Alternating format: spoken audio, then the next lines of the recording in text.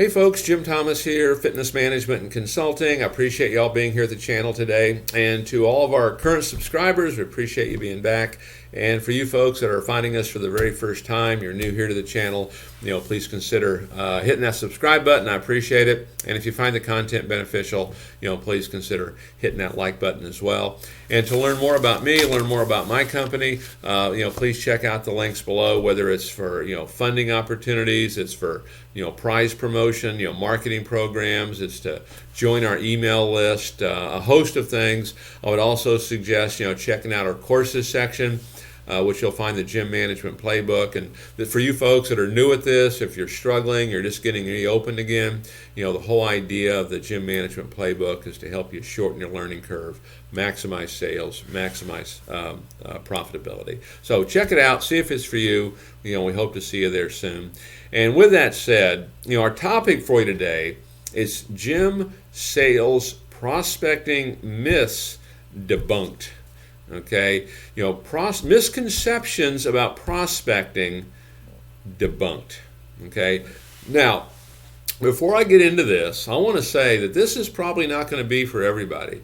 Not everyone's going to be willing to do this. Okay, but if you are, I can promise you that you will improve your business. Okay, so some misconceptions about gym prospecting. Number one, buyers don't want to hear from sellers. People don't want to hear from you. People don't want me calling. People don't want me bothering them. Okay? And it's not true. Okay? If we do it right, what our job is, I'm going to give you an example here in a second. What our job is to provide solutions for folks, and it's to solve problems. One of the things that the way I like to look at this is we want to nurture, the people that we're calling. And there's a right way and wrong way to leave voicemail messages and how to communicate. But we want to nurture. Because when you look at this, when you're talking to somebody, think of it as cold to sold. Okay? And if a person is at that cold level, you're going to talk to them much differently than if they're over here. Okay? And the mistake that we make is we talk to everybody like they're over here. And if you're talking like this, but they're really over here, it's not going to work. Okay? And I want to give you an example. I want to use myself here as an example. I had a gym owner call me up a while back, and I was looking for information. We missed connections. Okay? So I had to follow up a few times, and I finally got a hold of him. And when he answered, I identified myself. And then one of the things that I always talk about that we train and teach is we always ask permission to speak. And I said, Mr. Gym Owner, is this a good time for you? And he goes, no, he's kind of mean actually. He goes, no, it's not. I'm actually walking into a meeting. And I said, hey, I understand. So what's the first rule here? Be agreeable. Hey, look, I understand. Is there a better time for you? Would you like to try later on today, say at 4 o'clock or maybe 5:30? And he just kind of in that same kind of angry tone, hey, well, what do you got? Why are you calling? What do you got? And so we started to talk about, things that he'd already given me about, what his business was doing, what he needed, and we started talking about it. And we talked about, how we go about it and how we work it, and we talked a bit. And he finally said, well, you know what? Let's do it. I'm ready to make a change. Let's do it. Great. And we got him going. And as we wrapped the call up, I said to him, well, hey, good to have you. We're going to help you grow your business. We're going to help you take it to the next level. I just want to apologize real quick for causing you to miss your meeting. He goes, oh, Jim, no big deal. That wasn't important anyway. Okay. So think about some of that.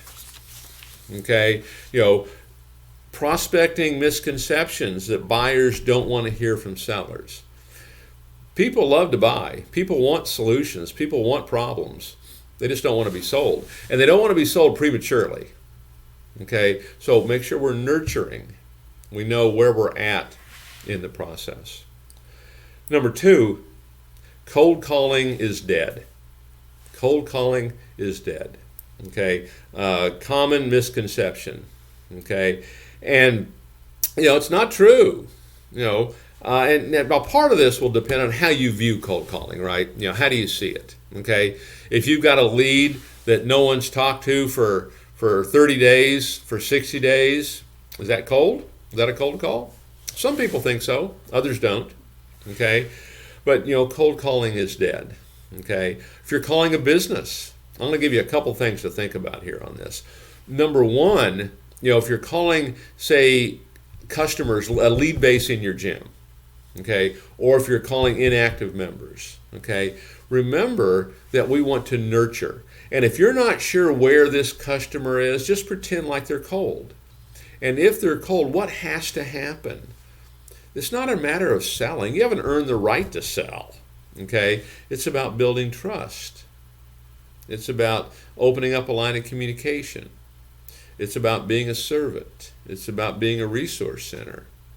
Because on when it comes to follow-up on some of this stuff, I mean, it could take 5 to 12 contacts to talk to somebody. Okay? So, again, the mistake we make if a person is kind of at a 90% ready to buy and we're just kind of go for it, we use that same approach with someone who's over here at 20%. That's where you run into the problem. Okay? Say you're calling businesses. We hired someone one time, it's like a couple of clubs that I had taken over, and they were kind of in sad shape, not physically, but just sales-wise. And I had hired someone to work the phones. They could just work out of their home, and all they would do, they would call companies, and we would sell them 20 visits for $20. All their employees could buy 20 visits for $20.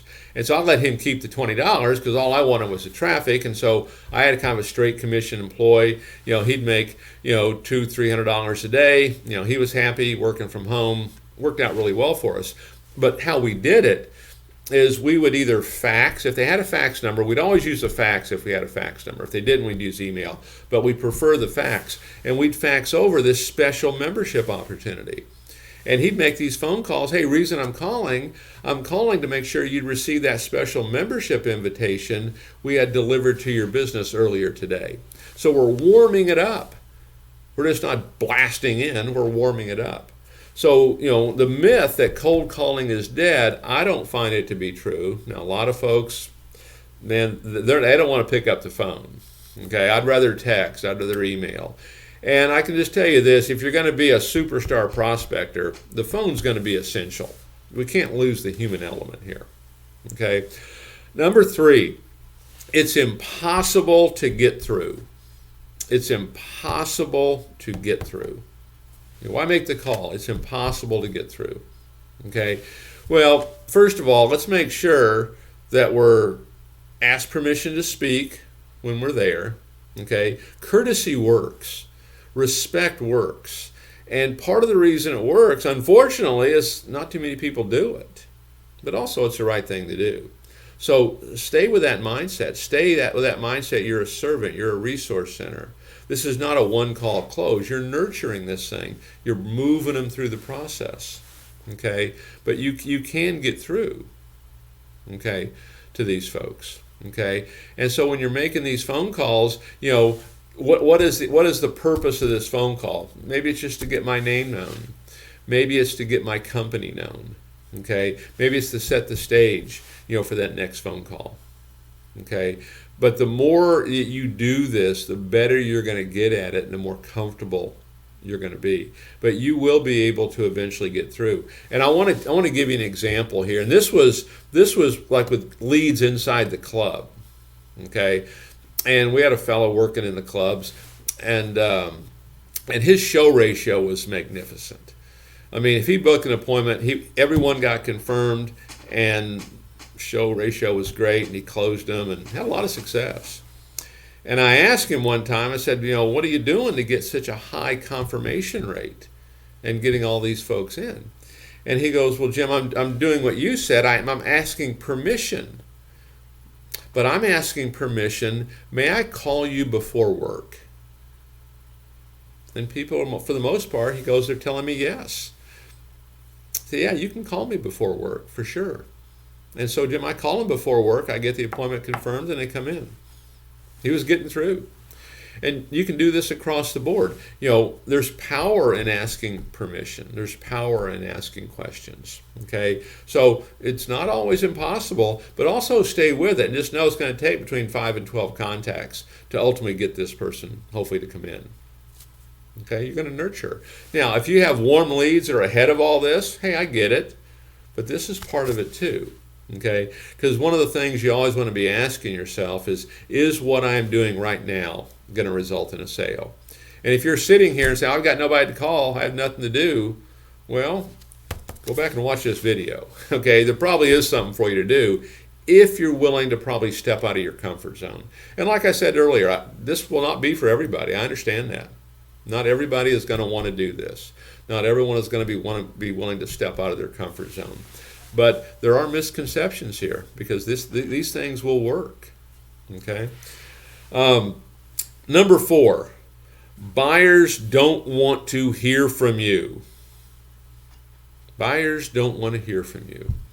Well, if all you try to do is sell them, they probably don't. Okay. I know for me, I get a lot of solicitations, a lot of phone calls. I try to talk to every single one of them. Okay, and the reason I do is I want to hear what they're doing. Is there something I can learn from that? Is there something that they are doing that really is good? Or can I learn what not to do? And here's what I find. Let's see if I can give you a visual here on this. On my statement, buyers don't want to hear about your capabilities. They don't want to hear from you. Okay, is when people call. At least when I answer the phone when they call, it's almost like I'm waiting for that hand to jump out of the phone and just grab me by the throat and shake me. Okay, they don't even give you a chance to talk. Okay, and identify yourself, ask permission to speak. Did I catch you at a good time? You'll be surprised what folks might say. Okay. And so, but people want to hear about your capabilities if you can solve a problem for them. And the thing is, things change. Things change quickly. Just because a person wasn't interested last week doesn't mean they're not interested this week. My favorite example is kind of like in the real estate field I would use. You got a family and, getting up and they're going to work every day and they own their home and things are great and they don't want to sell their house.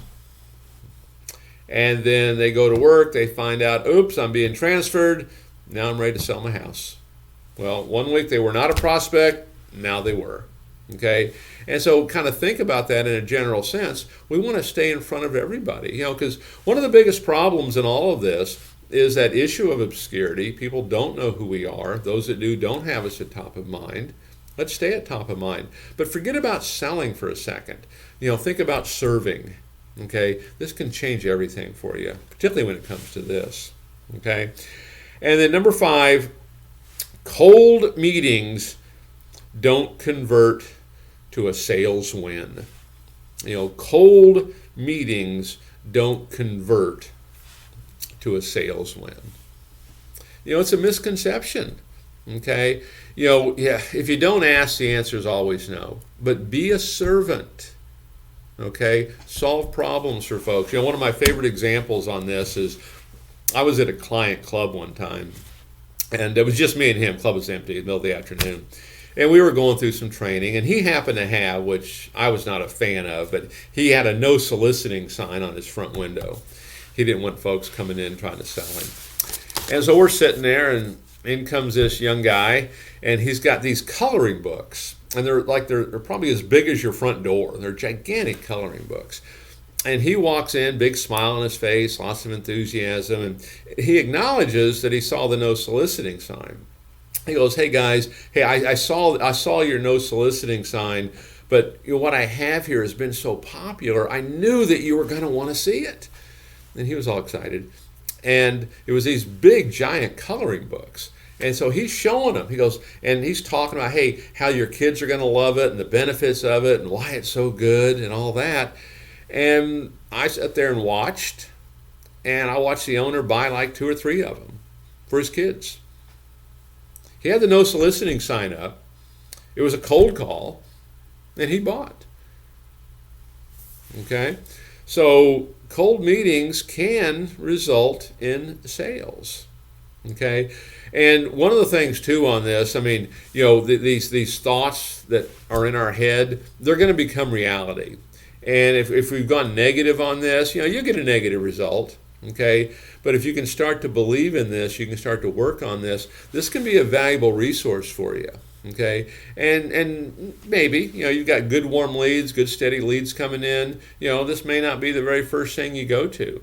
Okay, but there'll come a time where you might need it. There'll come a time when maybe something slipped through the cracks. And take a look at these, and can you work your way through it? If you can't, you know, let's maybe find some other solutions. But there are solutions right here, you know, if you can choose to embrace it. But like I say, I don't expect it's going to be for everybody.